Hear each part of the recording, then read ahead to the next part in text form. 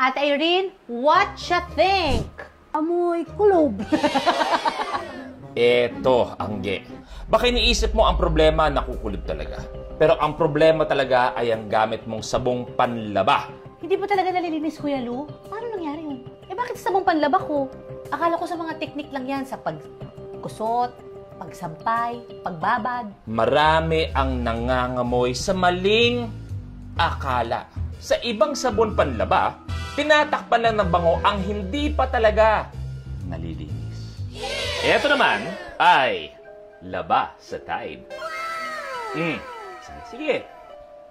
Oh. Kuya Lu! Ang bango nga mga laban natin gamit ang Tide. Sa Tide, tagos ang linis. Kaya totoong mabango ka. Ngayon, Tide na ang gagamitin kong panlaba. Dapat Tide talaga ang panlaba para tagos ang linis at tumatagal ang bango at para wala na sanang natatagong rason ng baho. Napatunayan ng Tide na marami ang nangangamoy sa maling akala. Case closed.